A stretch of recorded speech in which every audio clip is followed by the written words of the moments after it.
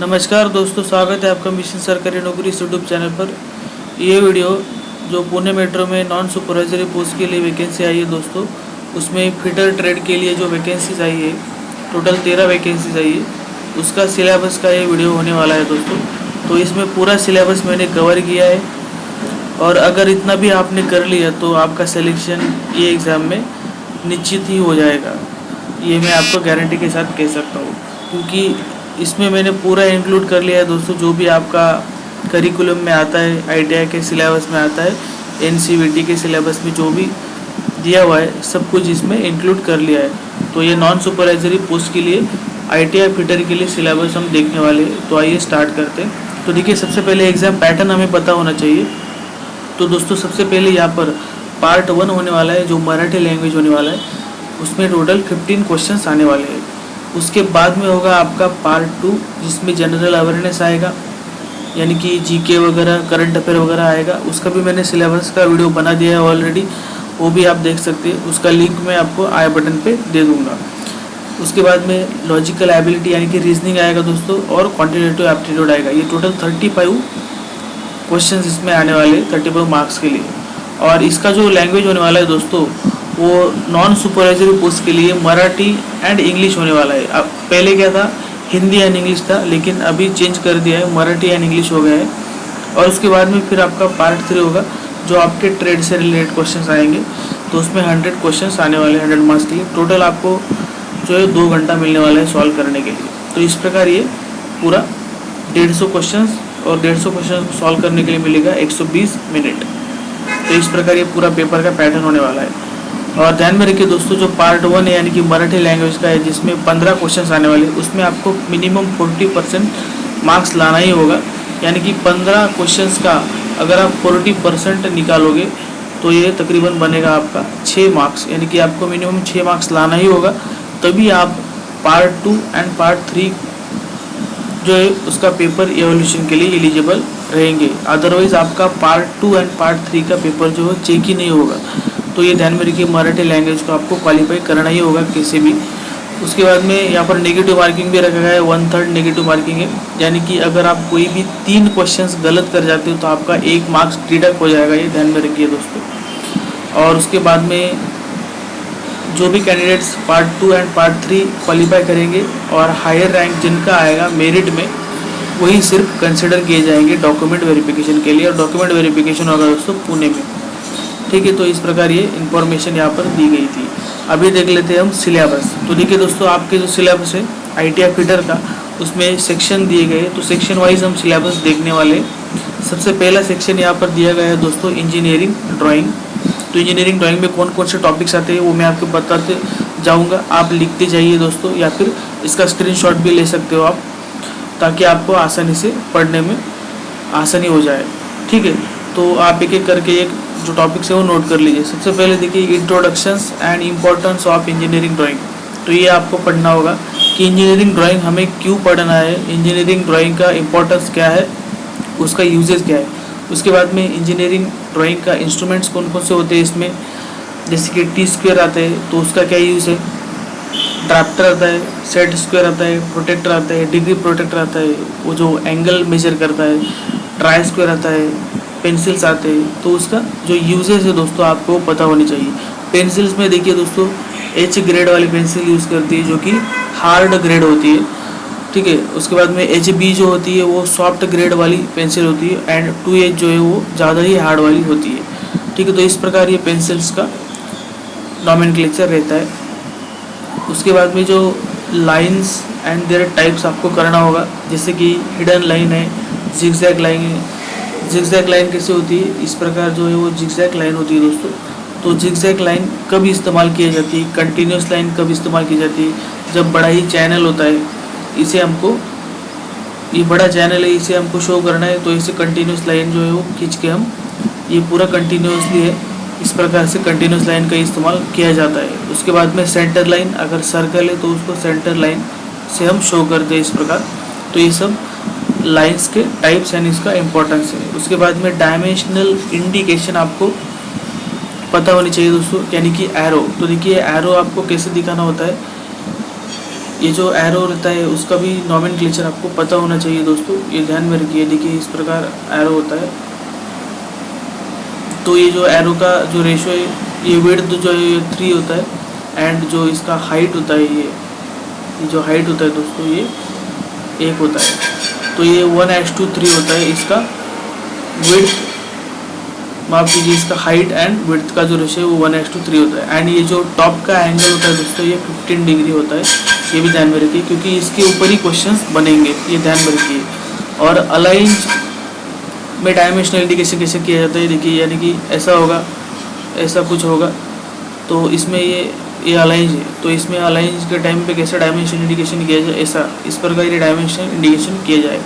तो आपको क्वेश्चन इसमें कैसे आएंगे कि डायरेक्ट ड्राइंग किया जाएगा और इसमें आपको पूछ लिया जाएगा कि ये जो डायमेंशनल इंडिकेशन है ये कौन से टाइप का डायमेंशनल इंडिकेशन है। तो इस प्रकार ये क्वेश्चन बनने वाले हैं इसके ऊपर में, ठीक है दोस्तों। उसके बाद में आपको करना है लीनियर मेजरिंग इंस्ट्रूमेंट्स, जिसमें स्केल आते हैं। स्केल में भी टाइप्स है दोस्तों, प्लेन स्केल यानी कि जो सिंपल स्टील रूल होता है वो प्लेन स्केल होता है। उसके बाद में होता है डायगोनल यानी कि इस प्रकार जो होता है दोस्तों, ये डायगोनली जो मेजर करता है, इसमें नंबरिंग होता है और इसमें भी नंबरिंग होता है। तो ये जो होता है ये इसको मैच करता है, तो ये जो है ये डायगोनल स्केल होता है। और तीसरा जो होता है वो है वर्नियर स्केल, यानी कि जो वर्नियर कैलिबर में यूज़ किया जाता है वो। तो वर्नियर स्केल का यहाँ पर यूज़ किया जा रहा है। तो लीस्ट काउंट भी आपको पता होना चाहिए वर्नियर कैलिबर का। वर्नियर कैलिबर का जो लीस्ट काउंट होता है दोस्तों वो 0.01 होता है, जो डिजिटल वर्नियर हम यूज़ करते हैं उसका। और जो माइक्रोमीटर होता है उसका 0.001 mm इतना होता है लीस्ट काउंट। ये भी ध्यान में रखिए क्योंकि लीस्ट काउंट के ऊपर भी क्वेश्चन आपके बनेंगे। उसके बाद में है एंगुलर मेजरमेंट। तो एंगुलर मेजरमेंट में आपको एंगुलर मेजरिंग के डिवाइसेस यूज़ उसका देख लेना है, यूज़ कैसे करते हैं या फिर कौन कौन से डिवाइसेस है वो देख लेना है। जैसे कि डिग्री प्रोटेक्टर हो गया एंगल मेजर करने के लिए, या फिर साइन बार हो गया, तो आपको कर लेना है। नेक्स्ट देखिए ज्योमेट्रिकल कंस्ट्रक्शन ऑफ रेक्टेंगल, यानी कि रेक्टेंगल बनता कैसे है एक्चुअल में, इस प्रकार से बनता है। 2 पैरेलल लाइन्स होते हैं और 2 अपोजिट जो लाइन है वो पैरेलल होती है, इस प्रकार रेक्टेंगल बनता है।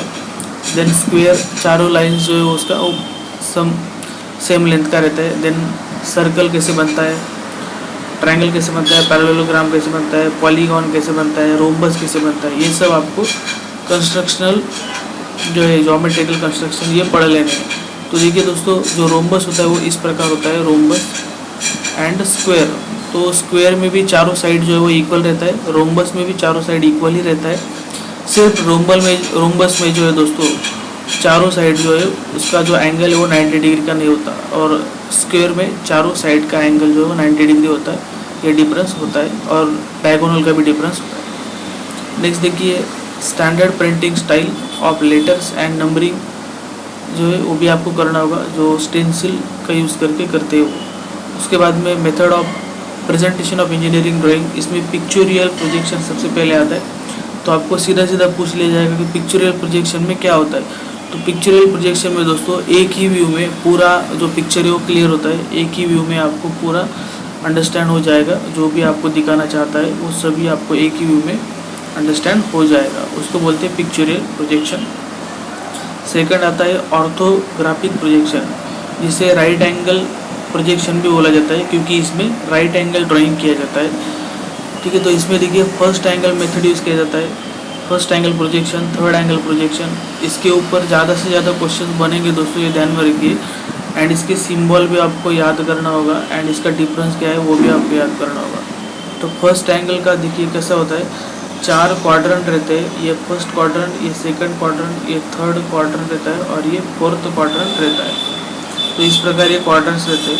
तो जब जो ऑब्जेक्ट है वो फर्स्ट क्वाड्रेंट में रहता है तो उसको बोलते हैं फर्स्ट एंगल मेथड, और जब वो थर्ड क्वाड्रेंट में रहेगा तो उसको बोलते हैं थर्ड एंगल मेथड, ठीक है। ये हो गया उसका डिफरेंस। अभी सिंबल कैसे रहता है दोस्तों उसका, तो फर्स्ट एंगल मेथड का जो सिंबल रहता है वो इस प्रकार रहता है, तो इस प्रकार जो है वो सिंबल रहता है फर्स्ट एंगल का।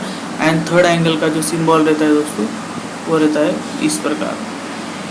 तो ये इसको मैच करेंगे और इधर सेंटर लाइन आएगा, ठीक है। तो इस प्रकार ये एंगल्स का भी सिम्बॉल से वो रहते हैं एंड डिफरेंस रहता है, ठीक है। एंड उसके बाद में आइसोमेट्रिक पोजीशन रहता है दोस्तों। तो आइसोमेट्रिक पोजीशन में देखिए आपको क्या करना है, आइसोमेट्रिक स्केल करना है, ट्रू स्केल करना है। इसका मैं आपको बता देता हूँ थोड़ा। देखिए तो आइसोमेट्रिक स्केल कैसा होता है, देखिए ये आपका बॉटम हो गया, ये हो गया आपका आइसोमेट्रिक स्केल। तो आपको ये पूछा जा सकता है कि आइसोमेट्रिक स्केल कितना डिग्री पर रहता है। तो आइसोमेट्रिक स्केल रहता है 30 डिग्री पर।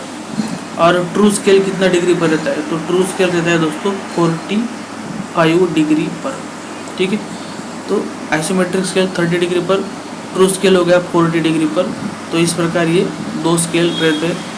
उसके बाद में आपको करना है symbolic representation of the rivets, bolts, nut, weld joint and pipe joint. तो पाइप जॉइंट में आपको एल्बो जो होता है दोस्तों, इस प्रकार जो रहता है इसको बोलते हैं एल्बो। तो ये एल्बो जॉइंट आपको करना होगा। उसके बाद में बोल्ट एंड नट में देखिए M6 इस प्रकार रिप्रेजेंटेशन किया जाता है नट में। तो M क्या है, तो M जो होता है ये नॉमिनल साइज रहता है इसका। और किसी में M6 × 20 अगर बोल दिया बोल्ट में, तो M6 जो है वो नॉमिनल साइज रहेगा एंड 20 जो है उसका वो थ्रेड लेंथ रहता है। तो ये स्पेसिफिकेशन आपको पता होनी चाहिए, इसके ऊपर भी क्वेश्चंस आ सकते हैं। उसके बाद में थ्रेड रिप्रेजेंटेशन भी आपको पता होना चाहिए, स्क्रू थ्रेड रिप्रेजेंटेशन, यानी कि जो एक्मे थ्रेड रहते हैं दोस्तों, तो एक्मे थ्रेड में जो थ्रेड एंगल रहता है वो 29 का रहता है, ओके। उसके बाद में जो बटरेस रहता है दोस्तों उसमें 45 का रहता है और वो यूनिडायरेक्शनल रहता है। तो इस प्रकार आपको पता होना चाहिए। स्क्वायर जो थ्रेड रहता है उसमें 0 डिग्री का एंगल रहता है, ठीक है। तो ये तो हो गया दोस्तों इंजीनियरिंग ड्राइंग का सिलेबस। अभी नेक्स्ट जो टॉपिक है आपका वो है वर्कशॉप साइंस एंड कैलकुलेशन। तो इसमें कौन कौन से सिलेबस आते हैं, कौन कौन से टॉपिक्स आते हैं वो हम अभी देखने वाले। तो देखिए सबसे पहले इसमें आता है सिस्टम ऑफ यूनिट, जिसमें आता है FPS यानी कि फुट पाउंड सेकंड। नेक्स्ट है CGS यानी कि सेंटीमीटर ग्राम सेकंड। नेक्स्ट है MKS यानी कि metre kilogram second. And SI system यानी कि जो स्टैंडर्ड सिस्टम है वो SI सिस्टम है। एंड कन्वर्जन ऑफ यूनिट भी आपको पता होना चाहिए। तो इसमें दोस्तों ध्यान में रखिए CGS एंड MKS जो है ये दोनों सिस्टम को मेट्रिक सिस्टम भी कहा जाता है। एंड FPS जो सिस्टम है दोस्तों इसको ब्रिटिश सिस्टम कहा जाता है। ये ध्यान में रखिए, इसके ऊपर क्वेश्चंस बनेगा, 100% क्वेश्चन आने वाला है इसके ऊपर में। यूनिट्स के ऊपर क्वेश्चंस आएगा ही आएगा, इसके लिए ये इम्पोर्टेंट है। नेक्स्ट देखिए introduction of iron and steel, ये भी आपको करना है। तो देखिए आयरन एंड स्टील का डिफरेंस भी आपको करना होगा, इसके प्रॉपर्टीज़ आपको करनी होगी एंड यूजेस क्या है वो भी करना होगा। तो स्टील जो है दोस्तों कभी कभार इस प्रकार से क्वेश्चन आता है कि प्योरेस्ट फॉर्म ऑफ आयरन कौन सा है। तो स्टील जो है वही प्योरेस्ट फॉर्म ऑफ आयरन है। तो आयरन जो है वो ब्रिटल मेटल है एंड जो स्टील है वो डक्टाइल है, लेकिन आयरन को प्योर करके जो बनता है वो स्टील बनता है। तो इस प्रकार इसका डिफरेंस हो जाता है। नेक्स्ट देखिए properties and uses of non ferrous metal and alloy, ये भी करना होगा। उसके बाद में फ्रैक्शन एंड डेसिमल आपको करना होगा एंड फ्रैक्शन का डेसिमल में कन्वर्जन जो है वो भी आपको करना होगा। उसके बाद में फेरस एंड नॉन फेरस का डिफरेंस आपको करना होगा। नेक्स्ट देखिए copper, zinc, lead, tin and aluminium जो भी मेटल्स है दोस्तों उनका प्रॉपर्टीज़ वगैरह जो भी है एंड यूजेज जो है वो भी आप शॉर्ट में कर लीजिए। नेक्स्ट देखिए ब्रास एंड ब्रॉन्ज, तो ये दोनों के ऊपर ज़्यादा ही क्वेश्चन बनते हैं दोस्तों। किस प्रकार बनते हैं देखिए कि ब्रास जो है वो किसका अलॉय है। तो ब्रास जो है दोस्तों ये कॉपर एंड जिंक का अलॉय रहता है ब्रास, एंड ब्रॉन्ज जो है वो कॉपर एंड टीन का अलॉय रहता है। नेक्स्ट सोल्डर भी आपको करना होगा, रबर भी करना होगा। ये होने के बाद आपको करना है average, ratio proportion, percentage, algebra and trigonometry. ये तो सिंपल टॉपिक्स है जो आपके क्वांटिटेटिव एप्टीट्यूड में भी कवर हो जाएंगे।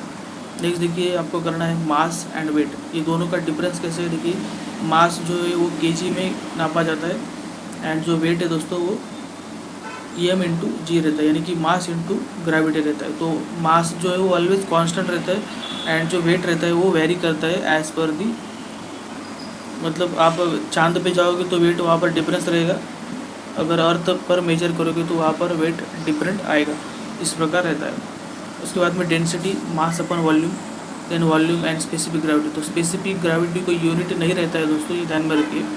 उसके बाद में देखिए इनर्शिया आपको करना होगा, रेस्ट एंड मोशन, न्यूटन्स के जो लॉ है 3 लॉज ऑफ न्यूटन्स वो भी करने हैं, वेलोसिटी एक्सेलरेशन भी करने हैं। देन फोर्सेस के टाइप्स आपको कर लेने, जैसे कि टेंसाइल फोर्स होगा, शियर फोर्स हो गया, इस प्रकार से आपको कर लेना है।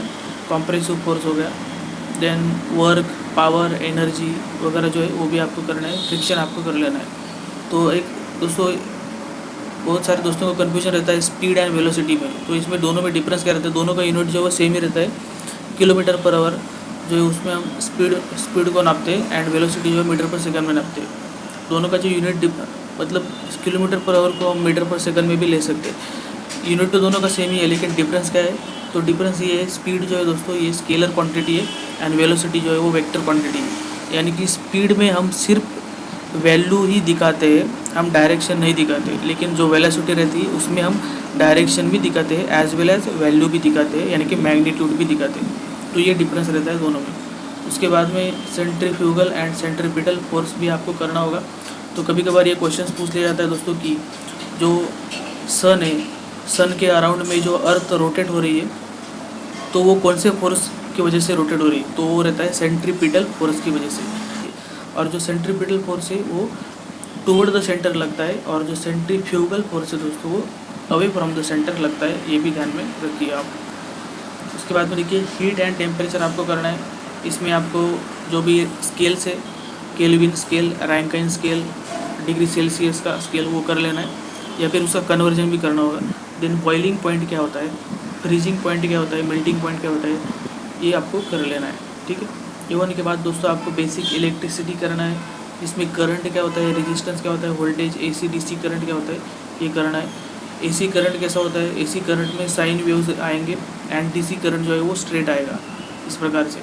ठीक है, उसके बाद में प्रेशर आपको कर लेना है। तो प्रेशर में atmospheric pressure, gauge pressure, absolute pressure ये रहता है। इसका एक फेमस जो फार्मूला है दोस्तों प्रेशर का, ये भी पूछा जाता है कभी कभी कि absolute pressure is equal to atmospheric pressure plus of gauge pressure, ये रहता है। और दूसरा फार्मूला रहता है absolute pressure is equal to atmospheric pressure minus vacuum pressure. तो ये भी 2 प्रकार के फार्मूले इसमें रहते हैं, तो ये आपको ध्यान में रखना है। ठीक है, तो ये तो हो गया दोस्तों आपका वर्कशॉप साइंस एंड कैलकुलेशन का syllabus.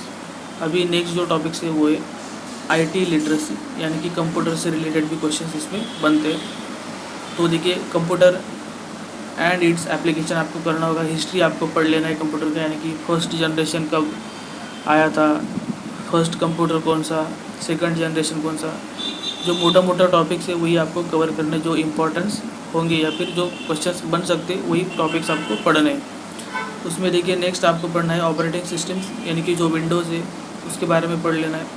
Input and output device आपको पढ़ने हैं। इनपुट डिवाइस यानी कि जैसे माउस हो गया या फिर कीबोर्ड हो गया, ये इनपुट डिवाइसेस है। एंड आउटपुट डिवाइस कैसे दोस्तों, जैसे कि प्रिंटर हो गया, ये आउटपुट डिवाइस है। उसके बाद में कंप्यूटर नेटवर्क, जैसे कि लैन यानी कि लोकल एरिया नेटवर्क हो गया, वैन यानी कि वाइड एरिया नेटवर्क। तो कौन सी जगह पर कौन सा नेटवर्क यूज़ किया जाता है ये आपको पता होना चाहिए, इंटरनेट के बारे में पता होना चाहिए। उसके बाद में शॉर्टकट कीज़ जो है वो भी थोड़ी बहुत याद कर लीजिएगा, और जो शॉर्ट फॉर्म होती है दोस्तों इंटरनेट की वो भी याद कर लीजिए, जैसे कि www यानी कि वर्ल्ड वाइड वेब, ये भी पूछा जाता है। देन HTML यानी कि hyper text markup language, and CPU यानी कि सेंट्रल प्रोसेसिंग यूनिट, तो ये भी आपको करना होगा। और एक रहता है इसमें HTTP, तो इसका जो फुल फॉर्म रहता है दोस्तों वो रहता है हाइपर टेक्स्ट ट्रांसफ़र प्रोटोकॉल। तो ये प्रोटोकॉल, तो आपको ये भी क्वेश्चन पूछा जा सकता है कि HTTP क्या है, तो ये एक प्रोटोकॉल है। ठीक है, उसके बाद में इंग्लिश लिटरेसी के ऊपर भी क्वेश्चन आता है, ये भी आपके सिलेबस में है, इसके वजह से यहाँ पर इंक्लूड किया गया है। तो इसमें आपको ज़्यादा कुछ करना नहीं है दोस्तों, सिर्फ साइनोनियम एंटोनियम्स कर लेना है, ग्रामर के जो रूल्स वगैरह है थोड़े बहुत वो पढ़ लेने हैं, एंड स्पेलिंग मिस्टेक से क्वेश्चन बनते हैं, इतना आपको करना है। तो इतना ही सिलेबस है दोस्तों। इतना अगर सिलेबस आपने कर लिया तो आपका सिलेक्शन कोई नहीं रोक सकता, ये ध्यान में रखिए। तो इतना सिलेबस करके आपको सिर्फ दोस्तों जो मॉक टेस्ट है वो लगाना है। इतना आप सिलेबस पढ़ लीजिए, एंड उसके बाद में आप मॉक टेस्ट दीजिए, यानी कि प्रीवियस ईयर पेपर दीजिए। प्रीवियस ईयर पेपर अगर आपके पास अवेलेबल नहीं है तो कोई भी मॉक जो है वो अवेलेबल हो सकता है, वो आप दीजिए। तो आई होप आपको समझ में आ गया होगा। तो इस वीडियो में इतना ही, मिलते हैं नेक्स्ट वीडियो में, तब तक के लिए धन्यवाद।